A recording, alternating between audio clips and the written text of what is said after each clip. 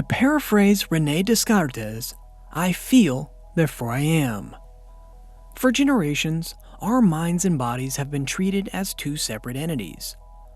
So much so that it may shock you to know just how entwined we feel emotionally is how we feel physically. Emotions are related to our health. Our bodies express everything we don't say out loud or do in some way. Our brains are so amazing and complex that, at times, they can do a slight disservice to us by trying to overcorrect. To that end, we can be in both mental and physical situations where we might find ourselves repressing emotions that are tied to our physical well-being. We might want to say no, but don't do so due to any number of factors. We might even attempt to distract ourselves to attempt to avoid these emotions. At times like these, our bodies will do the talking for us. Sometimes with a whisper, or sometimes with a scream, as if we have been running from ourselves for years.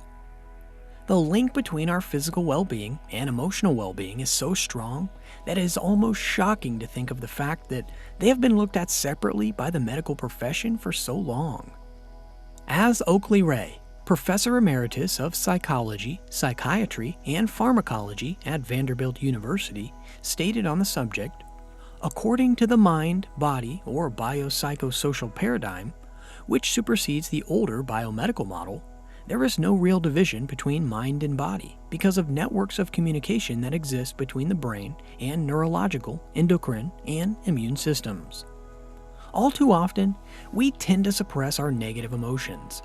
A large part of why comes down to the fact that too many of us in life are people pleasers, or having the fear of being judged or sharing our truth or honesty, and that we tend to want to keep a false image or even please others, that we put them above our own truth or needs. This sort of behavior might seem normal, but the reality is that not being our true selves, defending a corrupted self-image, or pleasing people all of the time means that your own needs are never met. These sort of behaviors most likely date back to childhood, and as we grew older, they became a core part of our personalities. All of us have been there at some point, saying yes to something we know that we should have said no to. As a result, when we are not being ourselves, when we are sacrificing a part of us, we find ourselves under constant emotional distress, be it depression, feeling lethargic, angry with life, or even getting sick with a serious illness while never really addressing it. In situations where we feel emotionally and psychologically drained, take a step back so you can feel and be conscious inside the situation. Why am I feeling like this? By addressing our emotional stressors and needs, by listening to when our body is talking to us, we can potentially avoid physical and mental health issues. We are at such an amazing time in human history, and it is about time that we stopped looking at physical health as separate from emotional health. So many of us put far too much pressure on ourselves, be it in our professional or personal lives. Or maybe you even found yourself in a situation where someone made you feel uncomfortable, but you didn't say anything because you didn't want to rock the boat. Then the stress leads to self-sabotaging thoughts later on like, I should have done, or said, no, I'm at capacity, for example. These intrusive thoughts can then manifest themselves into ailments, such as stomach pain, and so on. All the while, what's really going on is your body is not only talking to you, but is practically screaming, something bad is happening inside you. Stop what you're doing. There's something I need to tell you.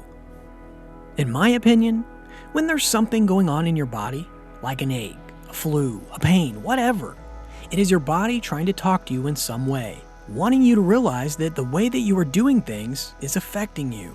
Sometimes it whispers, it talks, or screams.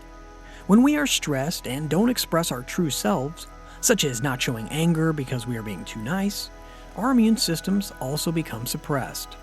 In other words, our immune systems are directly tied to our emotional, mental, and physical health. We are signaling our immune system to repress itself. There's a great teaching of Joe Dispenza that talks about how signaling our bodies and creating new genes can make us healthy. For me, I translated it into feeling good with myself, accepting me with all my anger, shadow, sadness, flaws, etc., and not repressing it or hide it. It's really making me feel love and acceptance inside me with the outside world. And that means I'm really letting the energy flow inside my body. All that being said, when we do seek medical treatment for an ailment, it's not just enough to look for a fix to the problem. Instead, it's best to look for the root cause of the problem.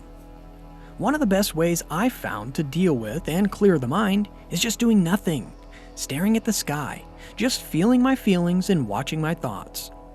I've thought about doing just a few minutes a day to help me clear my mind. To be clear, I am not immune from stress, illness, or pain myself.